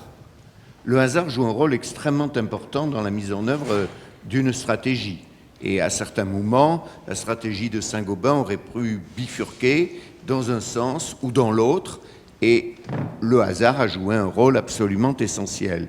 Mais c'était un hasard qui se traduisait par ensuite des éléments concrets, qui étaient les éléments concrets de la mutation de l'entreprise, des entreprises qui en font au sein du groupe cet ensemble, qui ont changé, vous l'avez rappelé. En gros, pendant ma présidence, ça a été en effet une mutation. Nous avons vendu à peu près la moitié du groupe, nous en avons acheté à peu près la moitié, cette moitié étant devenue, puisqu'elle est plus croissante, de l'ordre de 60% du groupe actuel, avec une mutation considérable qui était qu'aujourd'hui le chiffre d'affaires des 40 et quelques milliards de Saint-Gobain est composé pour moitié d'industrie et pour moitié, ce qui n'était pas du tout évident au départ, de distribution. Bon, après, on va expliquer pourquoi il m'est apparu un moment nécessaire de faire ce mouvement. Ceci est pour une certaine part, je dois le dire, et je l'avoue devant vous, influencé par ma propre formation. Et ma propre formation, ce sont les mathématiques et l'histoire. L'histoire a été toujours au cœur de ma formation personnelle dans mes études. Et ça c'était complété par un autre point qui a aussi influencé un peu le groupe, qui était que j'ai la chance, peut-être, on peut dire la chance, d'avoir une forte mémoire. Par exemple, je vais vous citer une anecdote. Tous les mois, je lisais les 650 résultats d'exploitation des sociétés du groupe, et pour moi, c'était la musique du groupe. Et donc, évidemment, après, j'ai envoyé un certain nombre de scuds sur les chiffres qui n'étaient pas en ligne avec l'harmonie que j'attendais dans la musique du groupe. Alors, les principes de gestion. Je crois beaucoup plus que mes prédécesseurs, enfin peut-être M. Roger Martin, je ne pense pas qu'on aurait demandé à Roger Fauroux s'il avait des principes de gestion, je ne pense pas qu'il l'aurait dit. Ce n'était pas son tempérament. Il avait bien d'autres qualités. Bon, les principes de gestion, je les ai énoncés. D'abord, j'en ai énoncé 3 en 86 en prenant mes fonctions. J'en ai adopté un 4e à la même époque sans le dire, mais je vais vous le dire aujourd'hui. Et il y en a eu un 5e qui est venu à un autre moment et je vous expliquerai pourquoi. Donc, en dehors de ce que je vais dire comme aussi principe de gestion, qui était la gestion, je dirais, dans le domaine des hommes et des femmes du groupe, c'est-à-dire dans le domaine des ressources humaines, que j'ajouterai en plus. Premier principe de gestion, il est connu par beaucoup d'autres groupes. Je ne voulais rester que dans des métiers où nous pouvions être 1 ou 2 mondial. Ça m'a amené d'ailleurs à vendre ainsi la moitié du groupe dans lequel je n'avais pas de chance de pouvoir faire cela. Mais déjà, Jacques Welch à GE avait peut-être l'un des premiers un peu théorisé cette chose-là, et sans doute bien d'autres avant lui. Deuxième question qui touche, qui est peut-être plus profonde, parce que c'était aussi le symbole d'un autre choix, plus important peut-être encore. C'était, je voulais que nous soyons un groupe cohérent, donc pas un conglomérat, mais à activités diversifiées. Et donc j'ai sans arrêt résisté à la pression du marché financier de ce qu'on appelle le pure play, c'est-à-dire le groupe qui est dans un seul métier, alors qu'un certain nombre de présidents ont fait une politique inverse. M. Tchuruk, par exemple, quand il a dirigé la Générale d'électricité, en la coupant en rondelles, à mon avis, en vulnérabilisant, par rapport notamment à un Siemens, profondément son groupe. Donc ça, c'était très important. Donc j'ai dès le départ refusé, dans la lignée d'ailleurs là de mes deux prédécesseurs, la dictature, entre guillemets, de la financiarisation anglo-saxonne. Étant dès le départ attaché non pas à un modèle libéral financier qui était devenu relativement dominant, mais attaché à ce que j'appelle dans mes livres un modèle industriel commercial très semblable à celui adopté par d'autres pays. Pour mon époque, n'en citons que deux, le Japon et l'Allemagne, qui sont toujours apparus comme le principe fondamental de gestion d'une entreprise. Mais quand même pas un conglomérat. Conglomérat, ça relève des familles. Seul, à mon sens, un actionnariat familial peut être attaché à un conglomérat. Quand vous avez la responsabilité d'un groupe, il faut garder une cohérence au sein du groupe. La troisième chose était l'internationalisation au maximum, ce qui va avoir des conséquences relatives au quatrième principe. Le troisième principe, donc, j'ai eu la chance de pouvoir passer d'usines dans 18 pays, dans des usines dans 64 pays. Donc, j'ai mené une internationalisation que d'ailleurs mon successeur ne pourra pas, par nature même, faire avec la même dimension, puisque j'ai vécu cette époque dont évidemment le principe moteur a été l'ouverture à l'économie de marché des pays auparavant communistes. Et l'émergence des pays émergents, bien entendu, au premier rang, la mutation qu'entraînait l'émergence économique de la Chine.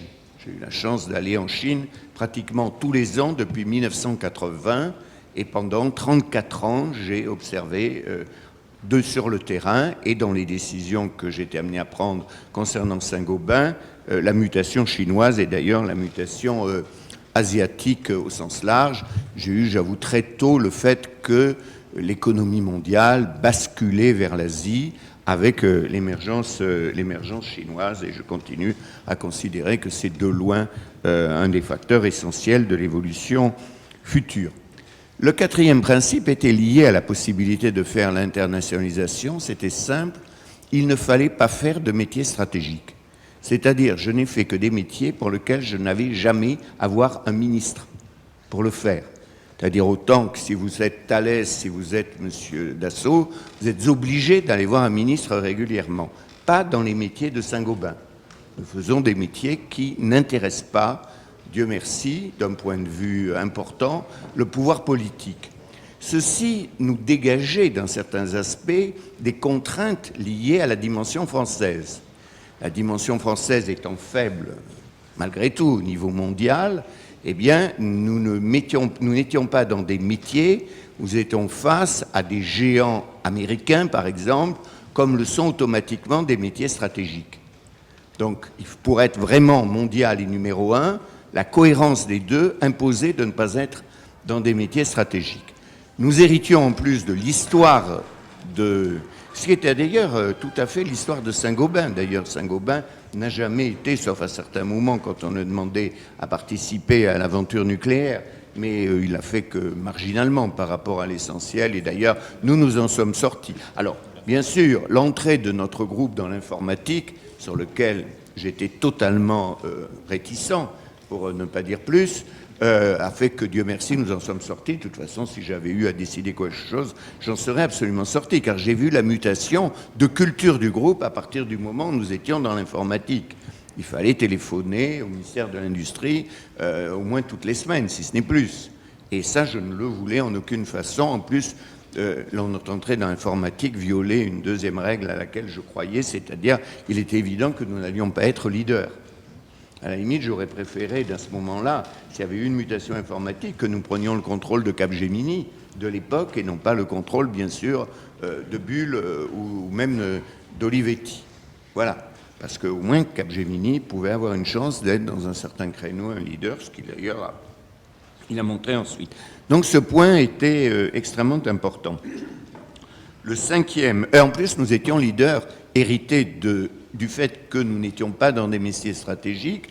Nous avons été leaders, par exemple, en Allemagne dès 1840 ou 50. 1850. Donc ça aussi, c'était très important de ne pas être confronté à un grand leader allemand et d'être un groupe leader au contraire, ce qu'est aujourd'hui dans presque tous ces métiers, en Allemagne. C'est-à-dire que Saint-Gobain, c'est la vision d'un groupe, je dirais, par cercle concentrique, au centre la France, après l'Allemagne, après la zone euro, après l'Europe et après la planète. J'ai toujours eu cette vision emboîtée. Et en croyant évidemment, bien sûr, ce qui je crois est pour moi une évidence, que les entreprises ont une nationalité, que là où est le centre de décision, c'est important, là où est la nationalité des dirigeants, c'est important, et également, bien entendu, en permanence, la structure qui, pour Saint-Gobain, était très variable de l'actionnariat, puisque j'ai connu, je dirais, la période où il n'y avait pratiquement pas d'actionnaires, c'est M. Roger Martin, enfin, il y avait une relation amicale avec le groupe Suez. Ensuite la nationalisation, ensuite les participations croisées qui ont été un régime extrêmement intéressant parce qu'il a permis à toute une partie de l'industrie nationale de pouvoir nous affranchir de la contrainte de rentabilité court-termiste financière et enfin, bien sûr, la situation actuelle. Voilà. Dernier principe qui est venu après, qui était l'apparition notamment chinoise. L'apparition chinoise obligeait à redéfinir les métiers, ça existait avant, mais c'était une obligation de les redéfinir ainsi, entre métiers régionaux et métiers mondiaux. Un métier régional est un métier que vous exercez par exemple en France et votre concurrent est français. Il a exactement les mêmes coûts de salaire et les mêmes coûts d'énergie. Après, vous pouvez évidemment exercer ce métier d'une façon plurirégionale. Vous constaterez que les grands groupes français, si vous les analysez, sont largement des groupes multirégionaux, c'est-à-dire internationaux, mais dans la logique du métier régional. Le point aussi du métier régional, c'est qu'il n'est pas exportateur. C'est pour cela que face aux défis français, qui à mon avis, sa perte de compétitivité internationale, la puissance du CAC 40, qui à mon avis est parfaitement réelle, ne peut pas se mettre mécaniquement au service de la France parce que les grands leaders du CAC 40, contrairement aux grands leaders allemands qui sont des exportateurs de métiers mondiaux, sont des multirégionaux avec une puissance à l'exportation tout à fait limitée. Il y a là une structuration de l'industrie française qui, à mon avis d'ailleurs, relève d'une énorme méfiance entre, au fond, le monde de l'entreprise et l'État. De cette structuration, si vous voulez vraiment chercher, à mon sens, des bases historiques. Eh bien, dont d'ailleurs le point de rupture peut être clair, c'est l'État qui refuse, par exemple, de sauver Creusot-Loire. Grande décision, à un certain moment, de M. Fabius, à l'époque. Voilà, ces points-là ont été des tournants, à mon avis, dans notre politique industrielle nationale. Et nous en avons des exemples, l'histoire se répète. Les débats qui existent aujourd'hui sur Areva sont d'une analogie semblable aussi à ce type de débat. Voilà. Donc le dernier principe, c'était que j'ai précipité le groupe par des investissements et des désinvestissements dans les métiers régionaux, pensant que la géographie, c'était durable. Le leadership peut être obtenu également dans des métiers exportateurs. C'est ce que nous apprend évidemment les grands groupes allemands, par la qualité du service, par le monté en gamme, par toute une série d'éléments qui enserrent le consommateur dans une telle liaison qu'il achète allemand, même si c'est plus cher. Sachant que, bien entendu, les groupes allemands n'adoptent pas, j'ai tenté 1000 fois de dire à M. Montebourg que ce n'était pas produire français, il fallait produire en France une partie du chiffre d'affaires, celle du haut de gamme, c'était possible, pour peu qu'on ait évidemment une stratégie de technologie, de marketing, etc., mais que de toute façon, au moins 2/3 de la production devait être faite en pays émergents pour avoir l'effet de masse. Et c'est ça le débat, c'est le dogme allemand.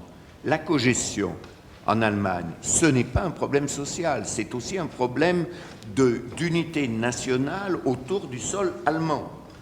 La présence des administrateurs dans les conseils d'administration allemands, d'ailleurs la moitié issue de l'entreprise, mais la moitié de la branche, hein, et je peux vous dire que M. Hubert, pendant 20 ans président de Ligue Metall, président temporaire chez Volkswagen, vice-président chez Siemens, c'est quelqu'un qui compte.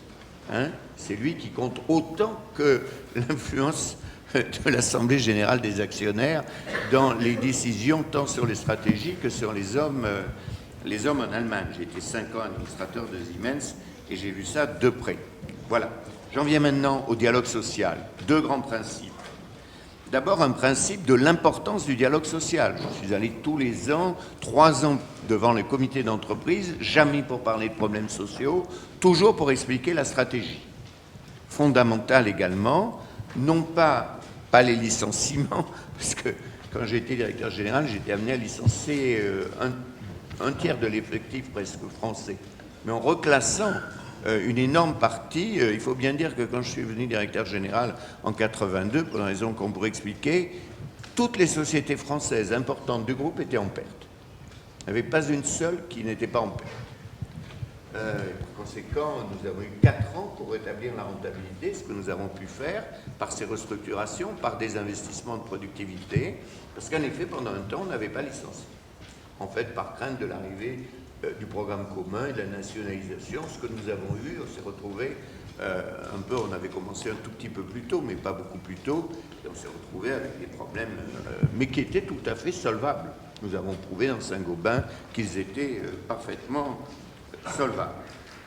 Alors, de ce point de vue-là, il est très important dans Saint-Gobain de garder le dialogue social. Nous insérons évidemment dans aussi une tradition historique de Saint-Gobain, là pas du tout de Pont-à-Mousson, qui est le prince de Breuil, l'amener, le catholicisme social, etc. Car s'il y a une influence, elle n'est pas protestante, mais un tout petit peu catholique dans Saint-Gobain.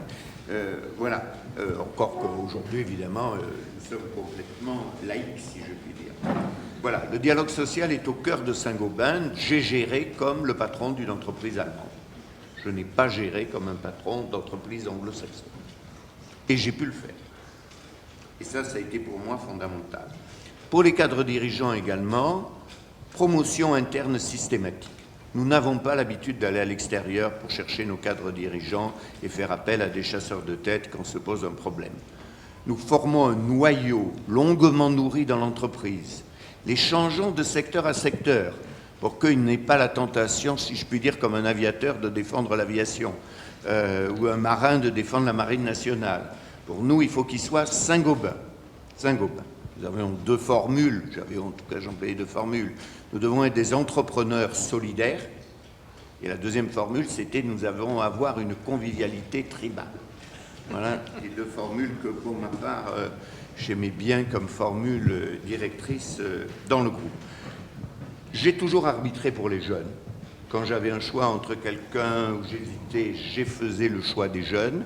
Et par contre, à l'inverse, les gens étant quand même pas mal formés, je crois, dans Saint-Gobain, ceux qui n'avaient pas été choisis, eh bien, sont partis aller diriger d'autres entreprises. Donc aujourd'hui, le président de Valeo, le président de Valourec, même le président de Michelin, le président de Siemens, le président de l'ENI, sont des personnes qui ont travaillé sous mon autorité. Donc nous avons la chance d'être comme GE, ce qu'on appelle une compagnie school, c'est-à-dire que si vous entrez à Saint-Gobain, même si vous n'avez pas réussi dans Saint-Gobain à aller à un moment plus haut comme vous le souhaitez, eh bien, vous avez une formation telle que vous serez extrêmement apprécié ailleurs. Parce que j'ai toujours cherché un trop-plein de dirigeants, plutôt, tout en essayant de ne pas demander qu'ils soient en équipe. Nous n'étions pas pour les primadonnas individualistes. Nous étions pour la formation de l'équipe et j'ai toujours arbitré ainsi. Bon, ensuite, nous avons fait cette mondialisation de l'économie en étant extrêmement attentifs à des aspects historiques. Quand l'Allemagne de l'Est s'est ouverte, je suis allé dans l'évêché de Rome, pas dans l'évêché de Constantinople. Pourquoi? Parce que mes deux lectures fondamentales, Braudel d'une part dans Grammaire des civilisations et l'école de la régulation, c'est-à-dire les travaux de Michel Aglietta, ceux évidemment de Robert Boyer et d'autres sur les systèmes d'innovation de Bruno Amable, m'ont beaucoup appris dans les choix ensuite que j'ai faits comme dirigeant d'entreprise. Et je suis allé par contre pas en Allemagne comme mes concurrents allemands, en Allemagne de l'Est, on a fait un peu, mais je suis allé fondamentalement en Pologne, bien entendu, parce que c'était le grand pays, parce que les salaires étaient 20% des salaires de l'Allemagne de l'Ouest. Nos cadres allemands m'ont dit vous ne ferez pas la productivité, j'aurais dit peut-être on ne fera pas la vôtre, mais à 20% de salaire, de toute façon, on sera gagnant. Et c'est ce que nous avons fait. Aujourd'hui, Saint-Gobain est leader dans tous ces métiers en Pologne. Et bien sûr, là encore, livre d'histoire à la main. Je ne suis pas allé n'importe où, je suis allé là où il y avait eu des Allemands, donc dans la Silésie polonaise, c'est-à-dire dans la voïvodie de Katowice. Et toutes les usines ont été faites et reprises dans la voïvodie de Katowice. Donc encore une fois, je le dis ici parce que vous voyez, non pas la culture de l'entreprise, mais combien pour ma part, la lecture de l'histoire a influencé l'essentiel toute une série de choix industriels, évidemment, structurants pour l'entreprise. Je conclus maintenant sur les défis du futur. Le défi du futur était évidemment la digitalisation, si je puis dire, du phénomène de l'entreprise.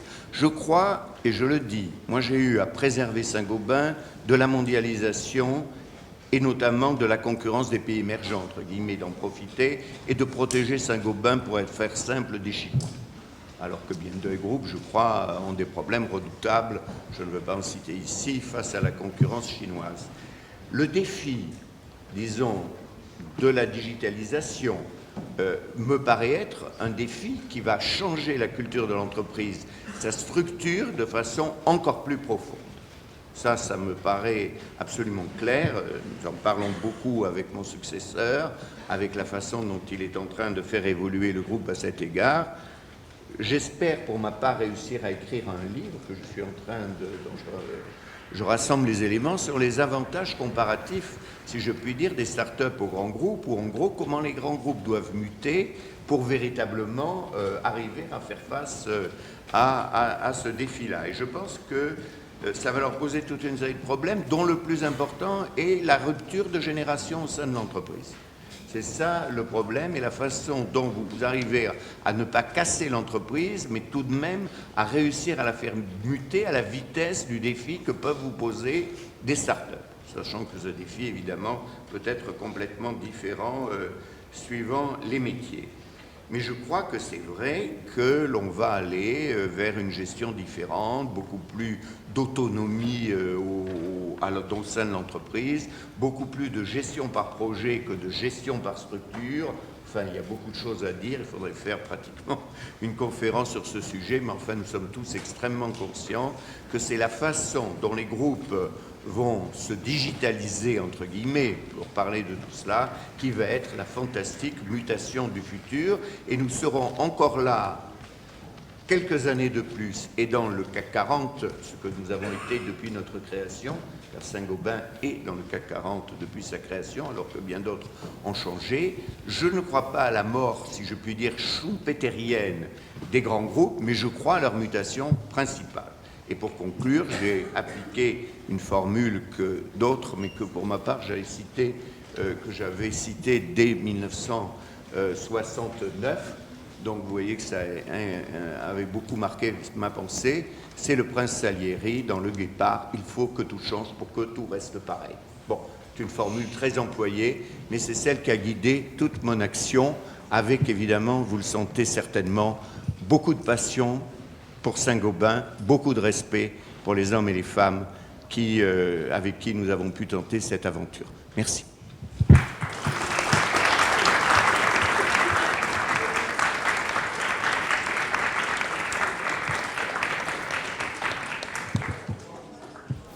Bien, merci beaucoup à Jean UEFA pour cette passionnante présentation. Alors, je dois dire que, ayant eu la chance de vivre tout cela à l'ombre de Jean-Louis Beffat et de la direction générale, j'ai connu de l'intérieur cette transformation et je dois dire qu'elle est tout de même extrêmement exemplaire et fascinante.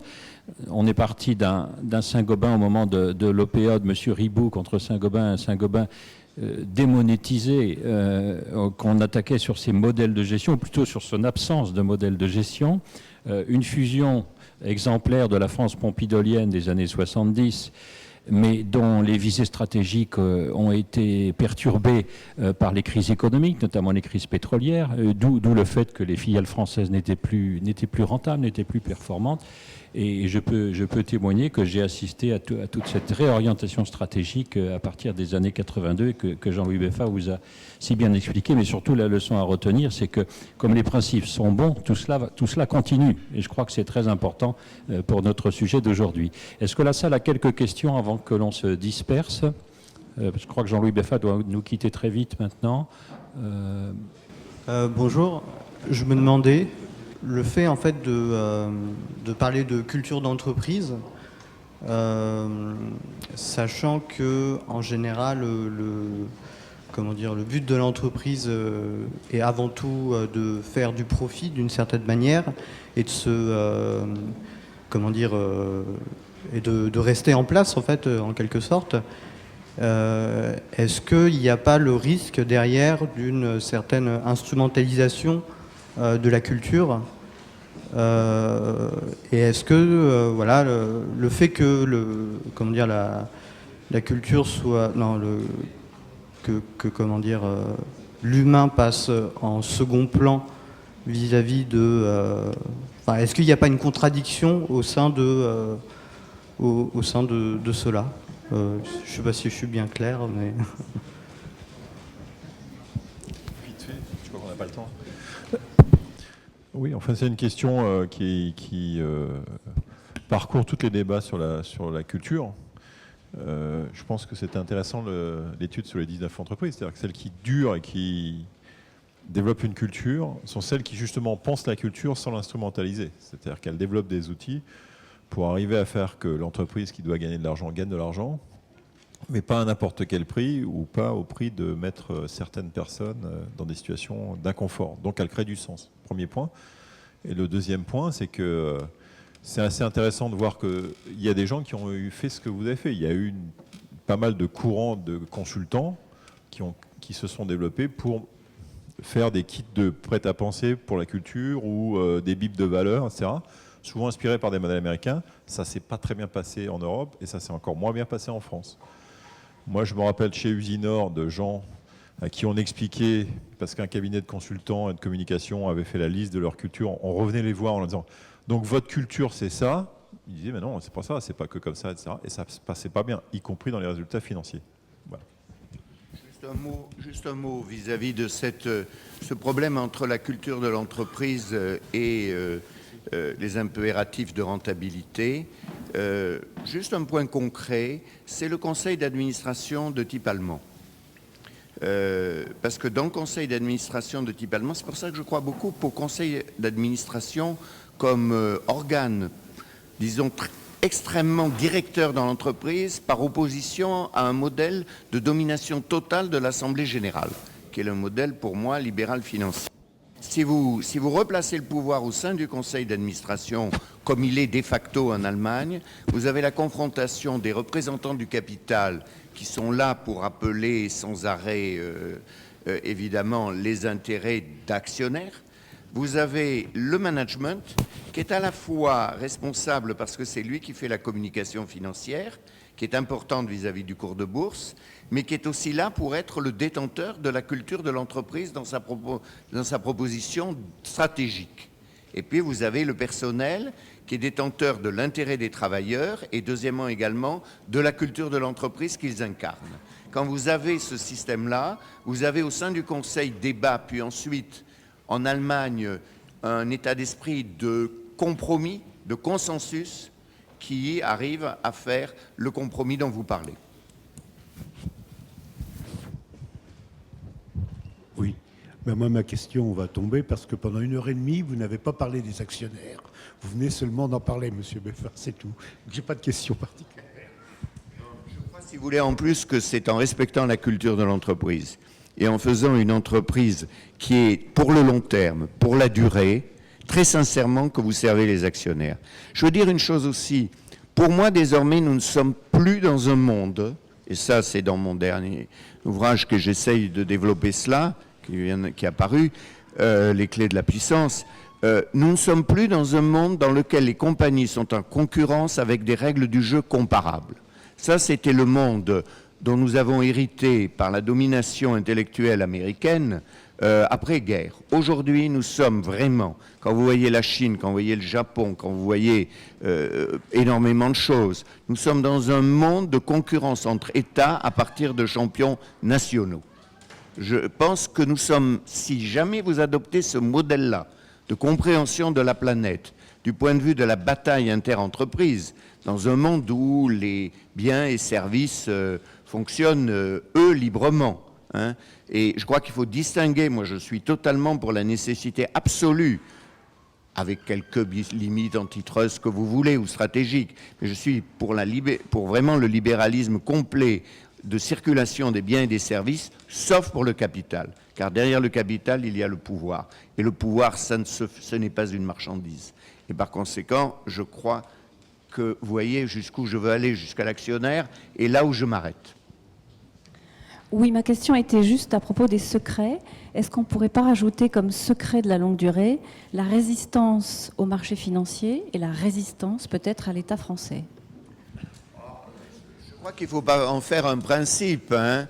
J'ai dit, si vous voulez, nous avons par exemple, moi sincèrement j'admire beaucoup ce qu'a fait par exemple l'entreprise Dassault. Hein. Je trouve que la façon dont elle a su se diversifier, elle est partie des avions, elle a fait les avions civils, elle a créé un groupe merveilleux avec Dassault Systèmes, donc j'admire exactement. Mais un groupe comme ça ne peut se faire qu'en liaison avec l'État. Hein. Par conséquent, il y a des secteurs dans lesquels la liaison avec l'État est absolument cruciale. Donc non, je n'appartiens pas à ceux qui disent résistons à l'État. Je dis, dans certains métiers, il faut avoir une liaison qui n'est pas facile dans ces métiers-là entre l'État, car il ne faut pas que l'entreprise privée domine l'État, ni l'État. L'État est un atroce gestionnaire, hein, il faut bien le dire, quand il s'occupe des entreprises. Nous en avons un certain nombre d'exemples, enfin pas atroce, j'exagère un peu quand je suis filmé, mais enfin un actionnaire qui parfois a la main malheureuse. Voilà. Mais donc par conséquent, je ne suis pas totalement sur vos principes, pour ma part. Mais je voudrais, enfin, mes collègues... dire quelque chose là-dessus. Oui, je vais plutôt parler des marchés financiers. Sur les marchés financiers, nous, ce qui nous a frappé sur toutes les entreprises qu'on a rencontrées, il y en a une grande partie d'entre elles qui sont cotées. Et donc, je parlais tout à l'heure des résultats trimestriels, voire mensuels. Et c'est l'une des difficultés. Et c'est quand je disais, on est sur une logique de survie et de long terme. Et ce qui était intéressant, c'est la capacité qu'a le dirigeant. Et là, pour le coup, on va venir sur de l'incarnation. Qu'a le dirigeant à gérer les deux. C'est-à-dire que je pense qu'on n'est pas dans un monde du « ou », on est dans un monde du « et ». On l'a vu sur beaucoup de sujets. Et il faut faire les deux. C'est-à-dire que pour que l'entreprise survive, c'est ce que disait mon voisin tout à l'heure, il faut à la fois que les gens aient envie, etc., et s'y sentent bien, et il faut à la fois que ça rapporte de l'argent. Et que si ça ne rapporte pas d'argent, ça s'arrête. Et donc la vision, enfin c'est le dirigeant qui joue avec ce paradoxe, ou c'est même pas une paradoxe, mais ce multifactoriel, et qui se laisse du temps. Et la réponse, c'est le temps, et c'est la capacité de résistance à un moment donné, effectivement, par rapport à une décision, de se dire, bah oui, il y a une décision à très court terme qui va avoir un retour sur investissement immédiat ou quasi immédiat, mais ça obère de notre capacité à pouvoir nous développer, etc., sachant que le marché, il est là demain. Et ça repose beaucoup sur quand je dis le dirigeant, je devrais parler de gouvernance d'ailleurs, hein, parce que c'est pas un dirigeant seul, mais sur la gouvernance et sur cette volonté vraiment d'être sur le temps long. C'est-à-dire que si vous avez une gouvernance, un dirigeant qui est là pour faire un coup, j'allais dire, ou pour un côté mercenaire, qui vient pour 2-3 ans pour vous redresser une boîte, et puis vous avez des résultats, vous habillez bien la mariée, avant de la revendre, alors on ne vend pas la mariée, mais on se comprend, avant de laisser votre place, il est évident que vous n'êtes pas sur le temps long et que vous n'êtes pas sur cette logique-là. Et donc la vraie, ça revient à ce qu'on a vu dans le bouquin. c'est que durer, il faut que votre objectif, et ça rejoint le modèle commercial ou industriel versus le modèle financier. Mais c'est une vraie vision des deux et j'ai parlé des bases tout à l'heure, d'être bien sur ces bases pour le tenir. Saint-Gobain ne fait pas des résultats par quarter. Saint-Gobain ne les fait que tous les 6 mois. Et on est toujours coté. Non, mais il y a les présidents qui veulent plus ou moins faire plaisir au marché. Moi, le marché m'a critiqué pour les mouvements exacts qu'il a trouvé ensuite les meilleurs. Donc l'important, c'est de penser qu'il faut le faire, mais après, il vaut mieux ne pas s'être trompé. Hein. Et puis alors une fois, et puis en plus, comme tout le monde, j'ai toute une série de mauvaises décisions, comme ça a été dit. Hein. Quel est le président qui ne traîne pas un certain nombre de mauvaises décisions? Je vais juste vous donner une anecdote. Enfin, c'est une histoire. Il se trouve qu'il y a quelques années, on m'a demandé de faire l'histoire du gaz, de la branche gaz chez Total. Et Total communique beaucoup sur le fait que depuis des dizaines d'années, ils ont investi dans le GPL, GNL. Franchement, si vous aviez vu les notes que j'ai vues des patrons de Total et d'Elf avant eux, quand ils ont découvert le gaz de Lac, il y a des notes où c'est marqué, il n'y a qu'une chose à faire, c'est se reboucher ce trou le plus vite possible. Pourquoi je vous dis ça? Parce qu'on est exactement dans la problématique que vient de signaler Jean-Louis Beffa. Il a été extrêmement compliqué pour les gens qui étaient porteurs du projet gaz dans l'entreprise, à l'époque Elf puis Total, d'expliquer une chose très simple. Quand vous trouvez du gaz, ça produit un taux de rentabilité de 5% par an. Donc quand vous avez en face de vous des gens qui font dans le pétrole et notamment les marchés spot à court terme qui produisent du 20-25% de rentabilité, et qu'en plus les dirigeants sont des financiers qui, eux, écoutent les marchés financiers, vous voyez que la chance que votre financement d'un projet gaz soit effectué est assez nulle.